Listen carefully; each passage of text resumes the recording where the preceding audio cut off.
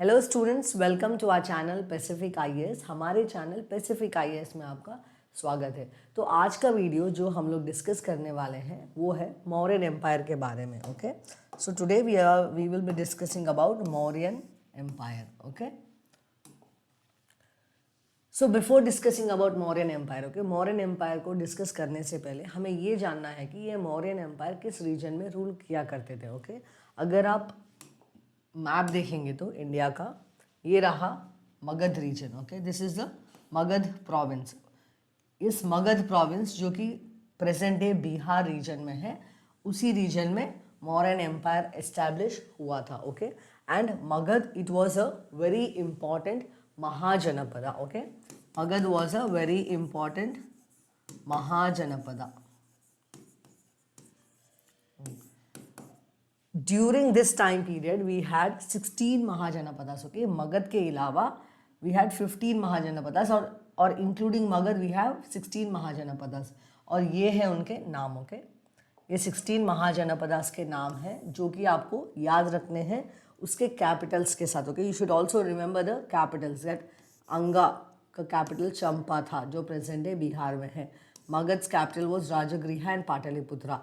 कोशला's capital was Shravasti. So you have to remember the capitals. आपको capitals और जो 16 महाजनपदास है वो आपको याद रहना चाहिए, क्योंकि आपके प्रिलिमिनरी एग्जामिनेशन में मैच द फॉलोइंग के तौर पे महाजनपदास और उसके कैपिटल्स के ऊपर क्वेश्चंस पूछे जा सकते हैं। ओके, और पूछे गए भी हैं। अगर आप प्रीवियस ईयर क्वेश्चंस देखेंगे एक बार तो तब आपको पता चलेगा कि प्रीवियस ईयर क्वेश्चंस में आप लोग ऐसे मैच द फॉलोइंग के क्वेश्चंस पूछे गए हैं। तो that is the reason why आपको ये 16 महाजनपदास याद होने चाहिए। तो मैं आपको एक ब्रीफ हिस्ट्री दे देती हूँ कि ये महाजनपदास है क्या। Okay, so during the later Vedic age और and post Vedic age, okay, later Vedic age के टाइम पीरियड में हमने एक वर्ड पढ़ा था जो कि था जनपदा।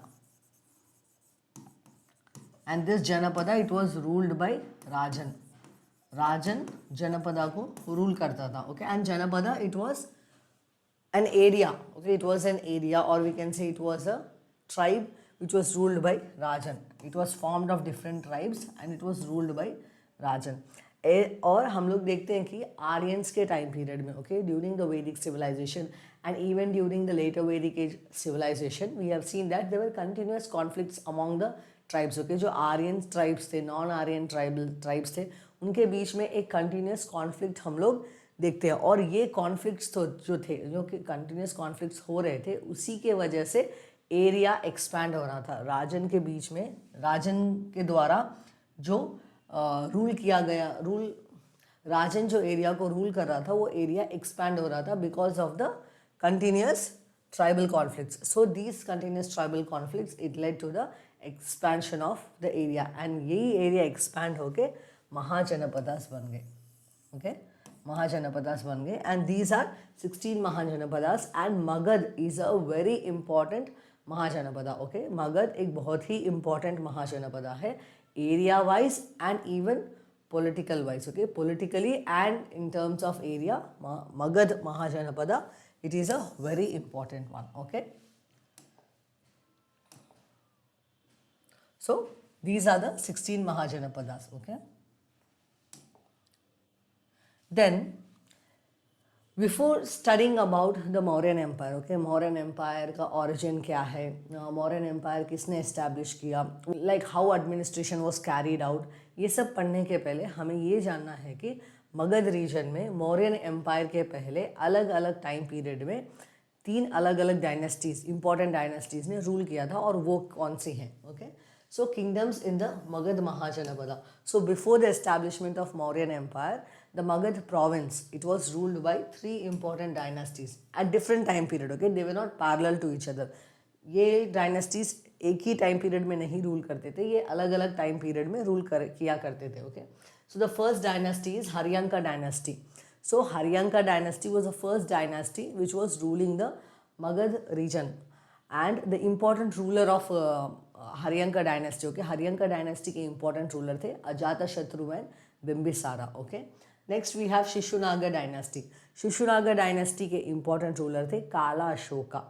Then we have Nanda dynasty, और नंदा डायनेस्टी के इंपॉर्टेंट रूलर थे Mahapadmananda and Dhanananda. Dhanananda was the last ruler of Nanda dynasty और धनानंदा को ही डिफीट करके चंद्रगुप्त मौर्य ने मौर्यन एम्पायर का एस्टैब्लिशमेंट किया. Okay, so the Mauryan empire it was established by Chandragupta Maurya after defeating Dhanananda, the last ruler of the Nanda dynasty. So this was a brief information about the kingdoms which ruled earlier than the Mauryan empire. Okay, Mauryan empire establish होने के पहले कौन से kingdoms और कौन से dynasties Magadha region में rule करते थे, ये हमने देख लिया. अब हम लोग देखेंगे sources to study Mauryan empire.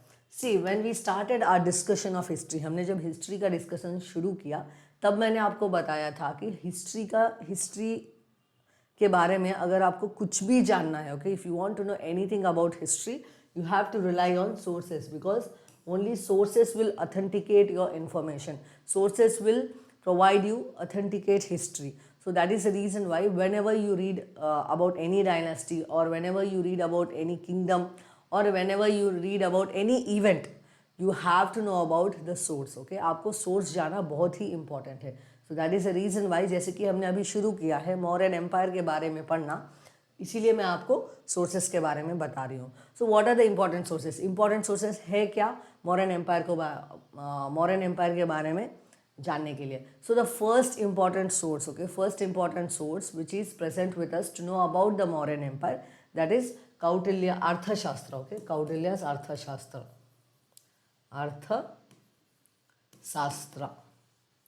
So Arthashastra is a very important source and this book it is written by Kautilya. And Kautilya को चाणक्य भी कहा जाता है एंड विष्णुगुप्ता भी कहा जाता है.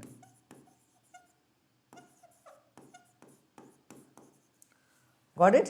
So important source which is available with us to know about the Mauryan Empire, it is Arthashastra written by Kautilya और चाणक्य और विष्णुगुप्ता. सो कौटिल्य, चाणक्य, विष्णुगुप्ता ये अलग अलग लोग नहीं है, ये तीन भी एक ही इंसान का नाम है. Okay, so Arthashastra it is a very important book and through Arthashastra we know about how a kingdom should be conducted और how an administration should be established, how king should conduct himself and what were the different kinds of taxes present during the Mauryan Empire. So many lots of information is available in Kautilya's अर्थशास्त्र. Okay, Kautilya के अर्थशास्त्र में बहुत सारी information provide की जाती है Mauryan empire के बारे में और एक्सपेशली मौर्यन एडमिनिस्ट्रेशन के बारे में. Okay, so after Arthashastra we have another important book called Indica. Indica जो कि लिखी गई थी मेगस्थनीज के द्वारा. So who was this person Megasthenes? See, Megasthenes, he was a Greek ambassador. Okay, he was a Greek ambassador who was sent to the court of Chandragupta Maurya. Okay, Chandragupta Maurya के court में Megasthenes को भेजा गया था जो कि एक Greek ambassador था और उन्होंने एक बुक लिखी है जिसका नाम है Indica. Okay, Indica it was written by Megasthenes and Megasthenes was a Greek ambassador sent to the court of Chandragupta Maurya. Okay, and this book, okay, Megasthenes, it talks about Mauryan administration, the social and economic conditions which prevailed during the time period of Chandragupta Maurya in the Magad province. Magad province में चंद्रगुप्त मौर्य के time period में किस प्रकार की social economic conditions थी और किस प्रकार एडमिनिस्ट्रेशन चल रहा था, मौर्यन एडमिनिस्ट्रेशन के बारे में और एक्सपेशली सिटी एडमिनिस्ट्रेशन. क्योंकि Megasthenes most of the time जब वो मगध रीजन में थे उन्होंने अपना सारा का सारा टाइम पाटलिपुत्रा में ही बिताया था. Okay, most of the time when he was in the Magadha region he spend it in the city of Pataliputra.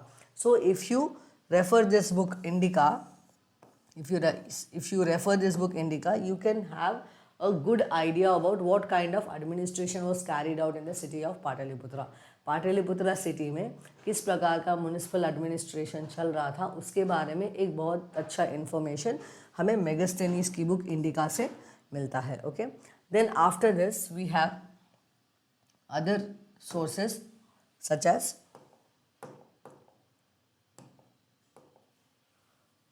मुद्रा राक्षसा.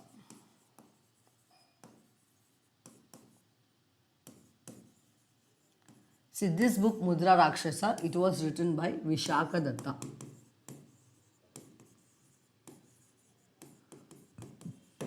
विशाखा दत्ता ने एक बुक लिखी है जिसका नाम है मुद्रा राक्षसा. And this Mudrarakshasa, it is a drama, it is not a book, it is a drama.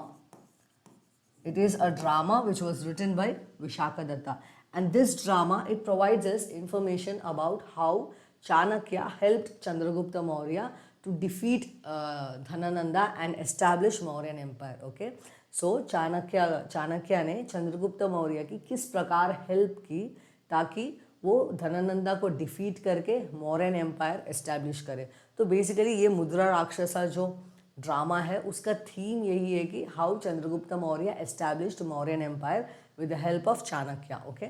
और इसके बाद we have Buddhist sources. Okay. Buddhist sources भी है जिसका नाम है Deepavamsham and महावंशम.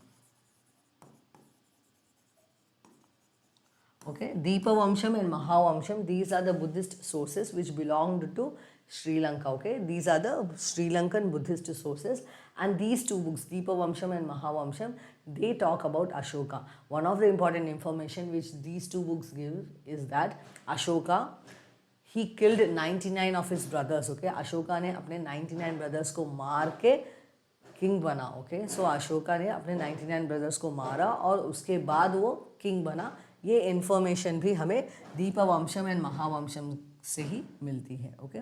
So these were the literary sources. Okay. These were the literary sources which help us to know about the Mauryan empire और and even Mauryan administration. Okay. Mauryan empire और Mauryan administration के बारे में जानने के लिए ये थे हमारे literary sources. Now we have to talk about the archaeological evidences. Okay.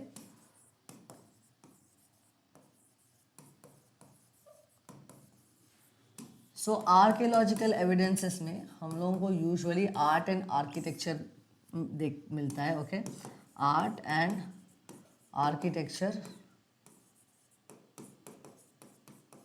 एक बहुत ही important evidence होता है under archaeological evidences.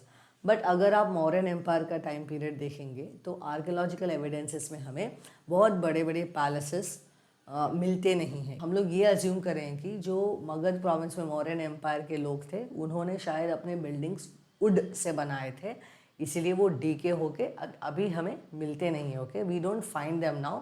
So under archaeological evidences big architectural marvels are not present during the time period of Mauryan empire. Okay. Mauryan empire के time period के बहुत बड़े architectures हमें मिलते नहीं हैं. The major archaeological evidences which help us to reconstruct the Mauryan Empire, they are inscriptions. Okay. So inscriptions are the important archaeological evidences which help us to reconstruct the Mauryan Empire. Mauryan Empire के बारे में जानने के लिए archaeological evidences में हमें inscriptions का बहुत ही बड़ा योगदान मिलता है.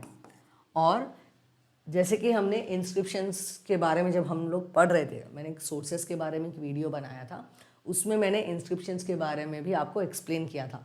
तब मैंने आपको बताया था कि the what you call the tradition of writing inscription, the art of writing inscriptions, it started from Mauryan empire, especially from Ashoka. Ashoka के टाइम पीरियड से ही हमें इंस्क्रिप्शंस मिलती हैं. ओके.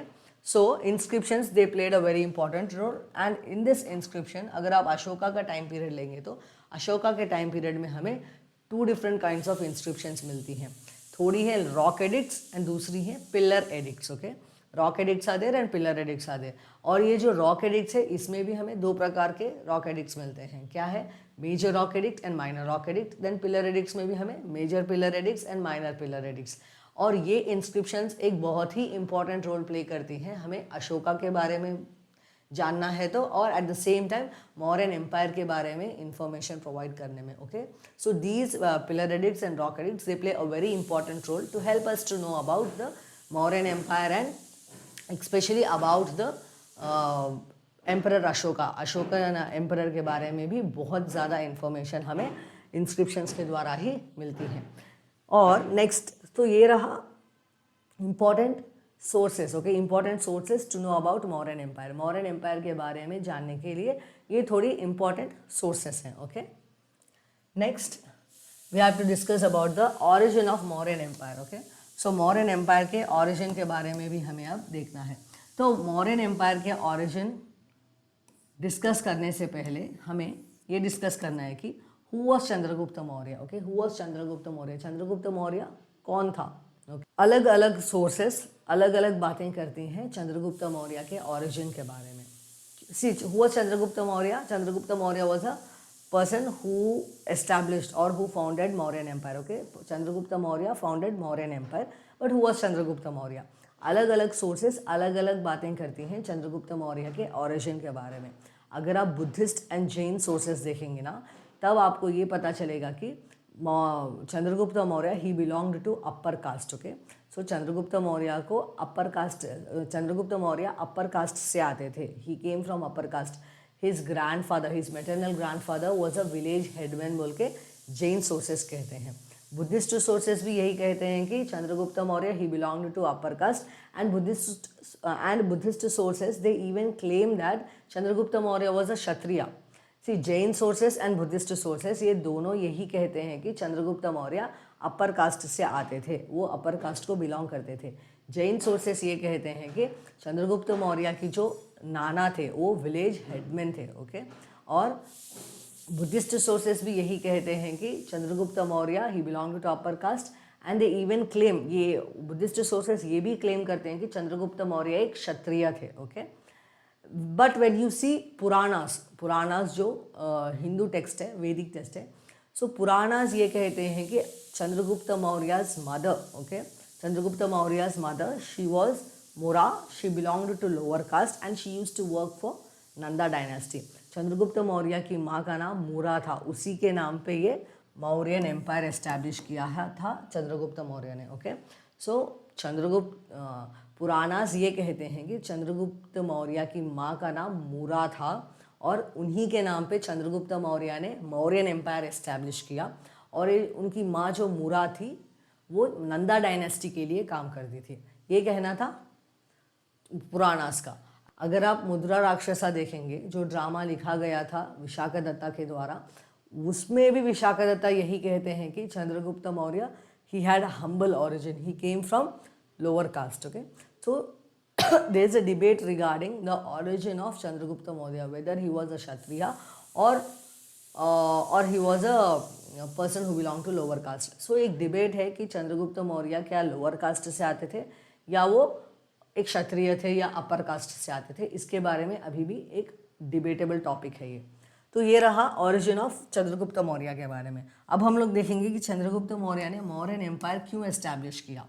सी, बिफोर मौर्यन एम्पायर एस्टैब्लिश होने के पहले मगध रीजन में नंदा डायनेस्टी के रूलर्स रूल करते थे.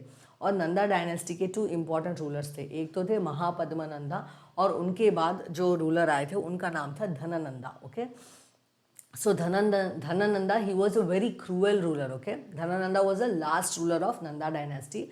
He was a very cruel ruler. He was very greedy बोल सकते हैं. Okay, बहुत ही आशावादी इंसान था, बहुत ही greedy person था. He used to collect excessive taxes from the people. लोगों से बहुत ज़्यादा टैक्स कलेक्ट करता था. और एक बार तो उन्होंने चाणक्य, जो कौटिल्य है जिसने अर्थशास्त्र लिखा है, उन्हें इंसल्ट भी कर दिया. ओके, धनानंदा ही इंसल्टेड कौटिल्य. और उस टाइम पे कौटिल्य तक्षशिला यूनिवर्सिटी के इकोनॉमिक्स एंड पॉलिटिकल साइंस के प्रोफेसर थे. Okay, Kautilya he was a professor of political science and economics in the university of Takshashila. इतने महान इंसान का इंसल्ट धनानंदा ने कर दिया. और तभी उसी टाइम चाणक्य ने ये ठान लिया, ओके, कौटिल्य चाणक्य ने ये ठान लिया कि इस धनानंदा को अपनी गद्दी से हम लोग गिरा के रखेंगे और एक नया एम्पायर में एस्टैब्लिश कराऊंगा. तो उस टाइम के बाद Chanakya he was in the search of any capable person. Okay, वो एक इंसान को ढूंढ रहे थे कि जिसे वो एक ऐसे इंसान को ढूंढ रहे थे जो कि उन्हें इस गोल में हेल्प करे. ओके, जिसे वो यूज़ करके और जिसके हेल्प से वो किंगडम एस्टैब्लिश करे. और उसी टाइम पे उन्हें चंद्रगुप्त मौर्य मिलते हैं. मगध रीजन में ही चंद्रगुप्त मौर्य मिलते हैं. चंद्रगुप्त मौर्य मगध रीजन में ही कौटिल्य को मिलते हैं. एंड कौटिल्य चंद्रगुप्त मौर्य को तक्षशिला लेके जाके उधर 8 साल तक चंद्रगुप्त मौर्य को एक अच्छी से ट्रेन करते हैं कि किंग कैसे होना चाहिए, कैसे वॉरफेयर, हर एक स्किल में, मतलब एडमिनिस्ट्रेशन कैसे चलाना चाहिए, सो हर एक पॉइंट ऑफ व्यू में चंद्रगुप्त मौर्य को ट्रेनिंग दिया जाता है चाणक्य के द्वारा, okay. And then Chandragupta Maurya goes and he attacks Nanda dynasty's last ruler Dhanananda. He defeats Dhanananda. Nanda dynasty को dethrone करके चंद्रगुप्त मौर्य अपनी एक नई डायनास्टी, और चंद्रगुप्त मौर्य अपनी एक नई डायनास्टी मौर्यन एम्पायर को एस्टैब्लिश करते हैं, okay. So Chandragupta Maurya he was trained by Chanakya for 8 years in Takshashila. Okay, for 8 years Chandragupta Maurya he was trained by Chanakya, and after getting trained he goes and he defeats Dhanananda. He dethrones him. Now he establishes his own empire called Mauryan Empire. So this was the story behind the establishment of Mauryan Empire. Mauryan Empire establish करने के पीछे ये एक छोटी सी story है. Now next we have to discuss about the important rulers of the Mauryan Empire. Mauryan Empire के important rulers कौन थे? So the first important ruler of Mauryan Empire, he was Chandragupta Maurya. As you know that Chandragupta Maurya was a person who established Mauryan Empire. Okay. So Mauryan Empire के important rulers में पहले important ruler है चंद्रगुप्त मौर्य. जैसे कि हम जानते हैं कि चंद्रगुप्त मौर्य ने ही Mauryan Empire को establish किया. Then we have Bindusara. Chandragupta Maurya के ही बेटे थे Bindusara. And at last we have Ashoka. Ashoka को अशोका द एम्परर भी कहा जाता है एंड अशोका द ग्रेट भी कहा जाता है हमारे हिस्ट्री में, ओके।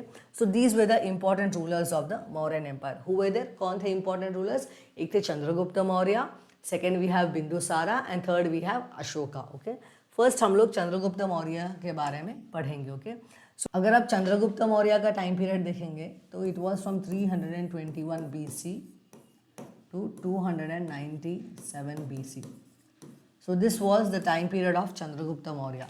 और इसी टाइम पीरियड में 326 BC, before Chandragupta Maurya established his empire in 326 BC, when Dhanananda was the ruler of the Magad region, Alexander attacked India, okay. Alexander, he attacked India in 326 BC. He came till Bias river. Alexander Bias river तक आए थे, but he was not able to carry out further expansion. वो further expansion नहीं कर पाए क्योंकि उनकी military बहुत ही exhausted थी. So that is the reason why he went back. He occupied till Bias region.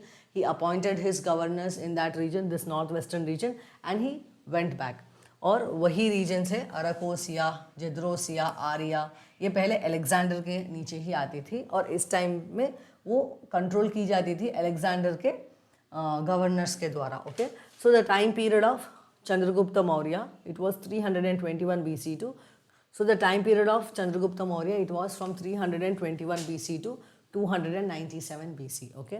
सो इस टाइम पीरियड में अगर आप देखेंगे तो पहले तो चंद्रगुप्त मौर्य ने नंदा डायनेस्टी को डिफीट करके मौर्यन एम्पायर एस्टैब्लिश किया और उसके बाद उन्होंने अपना नॉर्थ वेस्टर्न रीजन में, ओके, उनके नॉर्थ वेस्टर्न रीजन में जहाँ सेल्यूकस निकेटर रूल किया करते थे, okay. Seleucus Nicator was a governor in the north western province. So Seleucus Nicator को भी चंद्रगुप्त मौर्य ने डिफीट किया, okay. After getting defeated Seleucus Nicator, he gave his daughter in marriage to Chandragupta Maurya, and apart from that he also sent Greek ambassador Megasthenes to the court of Chandragupta Maurya, okay. So क्या हुआ, जो north western region था, okay, जो north western province था उधर Seleucus Nicator rule किया करते थे, वो गवर्न किया करते थे on behalf of Alexander. So Seleucus Nicator को डिफीट किया चंद्रगुप्त मौर्य ने, और सेल्यूकस निकेटर डिफीट होने के बाद उन्होंने अपनी बेटी को चंद्रगुप्त मौर्य को शादी करके दे दिया, okay. He gave his daughter in marriage to Chandragupta Maurya. और उसके अलावा सेल्यूकस निकेटर ने अपने एक एम्बेसडर मेगास्थनीज को चंद्रगुप्त मौर्य के कोर्ट में भेजा, ओके. चंद्रगुप्त मौर्य के कोर्ट में मेगास्थनीज जो कि एक ग्रीक एम्बेसडर था वो भेजा गया था सेल्यूकस निकेटर के द्वारा, okay. Seleucus Nicator he has sent the Greek ambassador Megasthenes to the court of Chandragupta Maurya. And in 297 BC, इस टाइम पीरियड में हम लोग ये देखते हैं कि there was a famine, okay. There was the longest famine in the Ganga Valley. Ganga valley में एक famine conditions prevail हो रही थी, और उसी टाइम पीरियड में चंद्रगुप्त मौर्य मिलते हैं भद्रबाहु से, okay. We have discussed this, okay. We have discussed this event when we discussed about Jainism. जब हम लोग जैनिज्म पढ़ रहे थे तब मैंने आपको बताया था कि चंद्रगुप्त मौर्य ये फेमाइन कंडीशन के टाइम पीरियड में भद्रबाहु से मिलते हैं और भद्रबाहु चंद्रगुप्त मौर्य को ये एडवाइस देते हैं कि ये जो फेमाइन कंडीशंस प्रिवेल हो रही हैं इसका कारण आप हो। ओके, अगर आप अपना एम्पायर छोड़ के अगर आप जैनिज़्म अडॉप्ट करेंगे तब ये फेमाइन कंडीशंस ख़त्म हो जाएगी, ये कहना था भद्रबाहु का।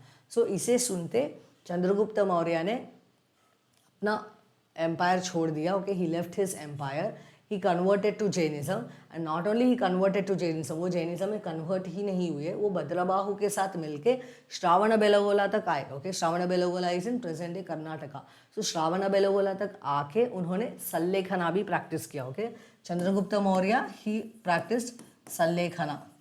सो what is sallekhana? Sallekhana means the fast unto death. Okay, fast unto death was practiced by Chandragupta Maurya at Shravana-Belogola. And what is that? Sallekhana. Sallekhana was practiced by Chandragupta Maurya at Shravana-Belogola.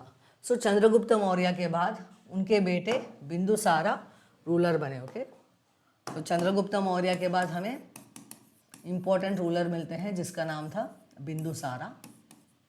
So Bindusara, he was also a very powerful ruler. Okay, he was a very powerful ruler, and he was also known for he was also, we can say, he was a very dangerous ruler, and he was given the title Amitra Gheats. Okay, Amitra Gheats was a title given to Bindusara. ये Amitra Gheats जो है ये Greek word है। Okay, this word Amitra Gheats is a Greek word which means slayer of enemies.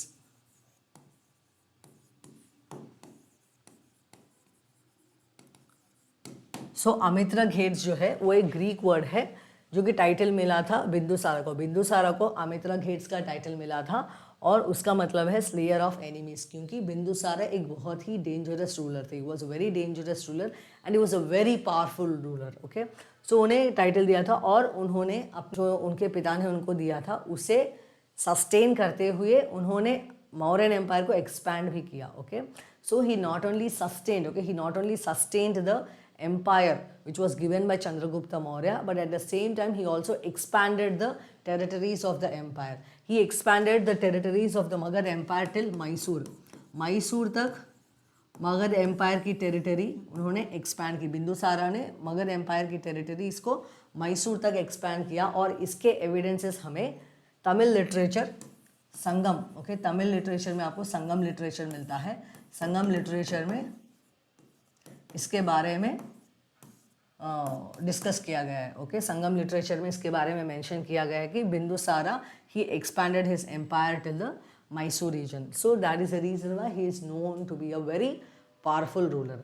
Then after the death of Bindusara, okay, after the death of Bindusara in 272 BC, और we can say during the time period of Bindusara, Bindusara के time period में ही अशोका जो थे वो उज्जैन के governor थे। Okay, Ashoka he was a governor of Ujjain, अगर आप मैप में दिखाओगे। So he was a governor of Ujjain. Ashoka Ujjain के गवर्नर थे और उनके भाई सुशीमा वो तक्षशिला के गवर्नर थे। He was a governor of Takshashila. सुशीमा he was a governor of Takshashila and Ashoka he was a governor of Ujjain. और सुशीमा के टाइम पीरियड में, मतलब तक्षशिला में सुशीमा जब गवर्नर थे तब थोड़े रिवोल्ट्स चल रहे थे और थोड़े अनस्टेबल कंडीशंस प्रिवेल हो रहे थे तक्षशिला में, और Susima he was not able to handle those conditions. Okay, उन्हें उनसे ये हैंडल नहीं हो पाए, सुशीमा वो कंट्रोल नहीं कर पाए जो डिस्टर्बेंसेस हो रहे थे तक्षशिला में, सुशीमा उसे कंट्रोल नहीं कर पाए और तभी अशोका को बुलाया गया था उज्जैन से Takshashila.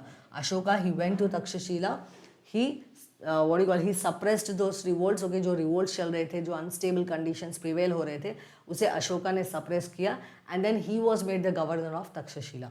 Why am I pointing on this topic that Takshashila का गवर्नर अशोका बने, क्योंकि जो मतलब तक्षशिला का गवर्नर बनता था, see Taxila it was a very important province for the Magadha region. Okay, Mauryan empire के लिए तक्षशिला एक बहुत ही इंपॉर्टेंट प्रोविंस थी। ओके, और जो इंसान तक्षशिला को हैंडल कर सकता है, he was destined to become the next ruler of the Mauryan empire. Okay, Mauryan empire का रूलर बनने के चांसेस बढ़ जाते हैं अगर आप तक्षशिला के गवर्नर बन के अच्छे से एडमिनिस्ट्रेशन हैंडल कर सके, क्योंकि अगर आप देखेंगे तक्षशिला का जो व्हाट डू कॉल, जो लोकेशन है तक्षशिला का लोकेशन अगर आप देखेंगे तो it is present on the border region, it is present in one of the border areas of the Magadha empire. So अगर बॉर्डर्स में बहुत सारे रिवोल्ट चलते हैं, बॉर्डर्स में बहुत सारे प्रॉब्लम्स होते हैं. अगर एक गवर्नर मतलब अगर एक person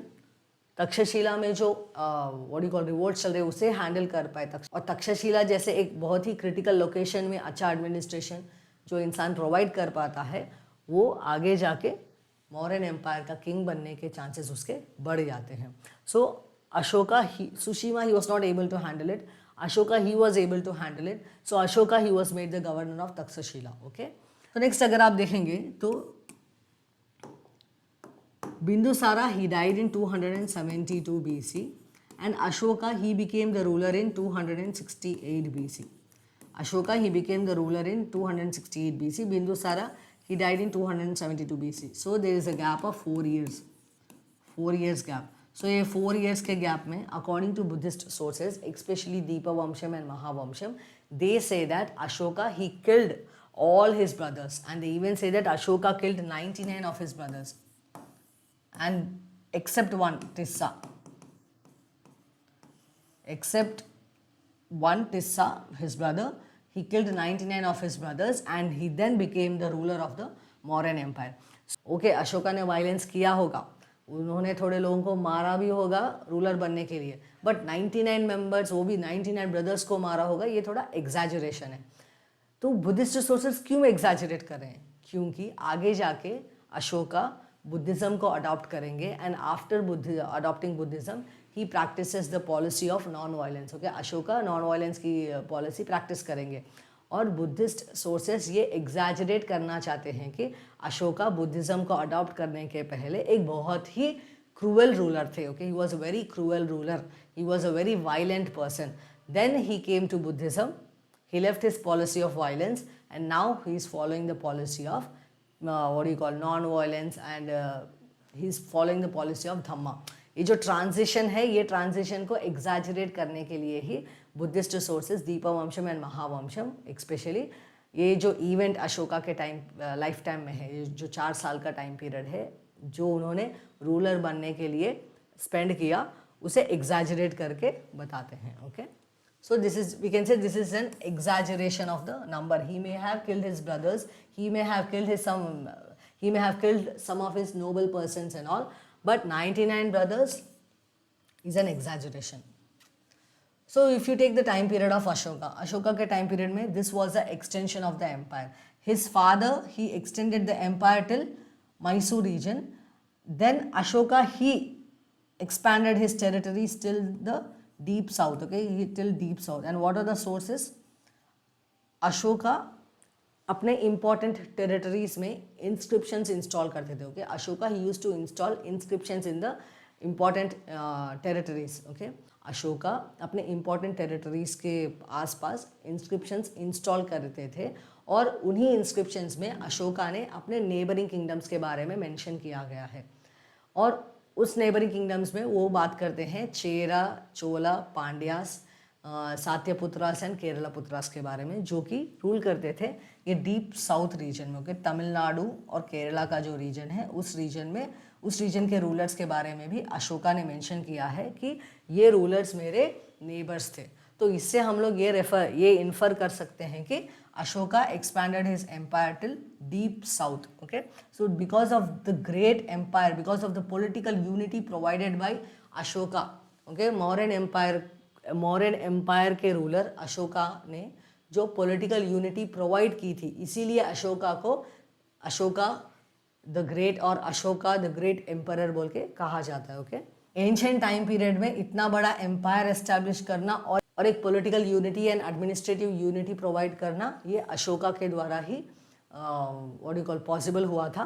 so that is the reason why Ashoka, he is known as Ashoka the great, और अशोका द ग्रेट एम्परर कहा जाता है. Okay, so this was about Ashoka. So most of the provinces, okay, most of the provinces except this north eastern part, most of the provinces were under Ashoka except Kalinga. Okay, so except Kalinga, most of the provinces they were under Ashoka. So the war of Kalinga happened to occupy Kalinga को occupy करने के लिए war of Kalinga happen in 260 BC to 261 BC, 261 से 260 BC के time period में कलिंगा का war हुआ था and Ashoka he won the war. Okay, Ashoka he won the war and large scale massacre happened in the war of Kalinga. जब कलिंगा की वॉर हुई, कलिंगा का युद्ध जब हुआ, अशोका वो वॉर जीत गए. Okay, he won the war, but बहुत सारे लोगों की मृत्यु हो गई थी. Okay, there was a large massacre. After seeing that massacre, Ashoka he felt very bad of himself. He felt very bad of himself, and then Ashoka, he was motivated. Okay, he was encouraged or inspired by a Buddhist monk called Upagupta. Buddhist monk Upagupta, he inspired Ashoka to convert into Buddhism. तो ये start हुआ था अशोका के द्वारा. Okay, तो अशोका ने he converted to Buddhism. He got inspired by the Buddhist monk Upagupta, and then he converted to Buddhism. After converting to Buddhism, he left his policy of violence. Okay, he left his policy of violence. He even propounded his own policy called Dhamma policy. Ashoka ने एक नई policy लेके आए, वो उसका नाम था Dhamma policy. And that policy of धम्मा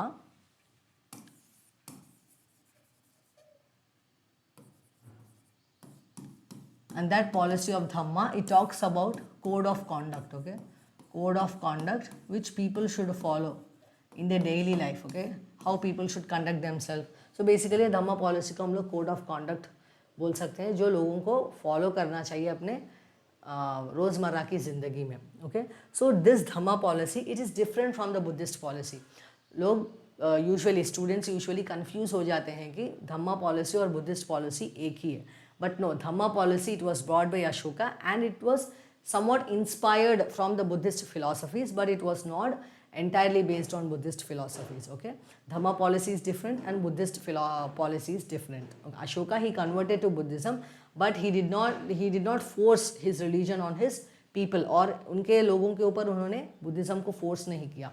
ये जो धम्मा पॉलिसी है, this policy it was brought by Ashoka, and this policy it talks about code of conduct, how people should conduct themselves. Okay, in everyday life, how people should conduct themselves. And to propagate this policy, इस policy के बारे में लोगों के बीच में जानकारी फैलाने के लिए उन्होंने एक ग्रुप ऑफ ऑफिसर्स भी अपॉइंट किए, जिसे कहते हैं धम्म महामात्रास. ओके,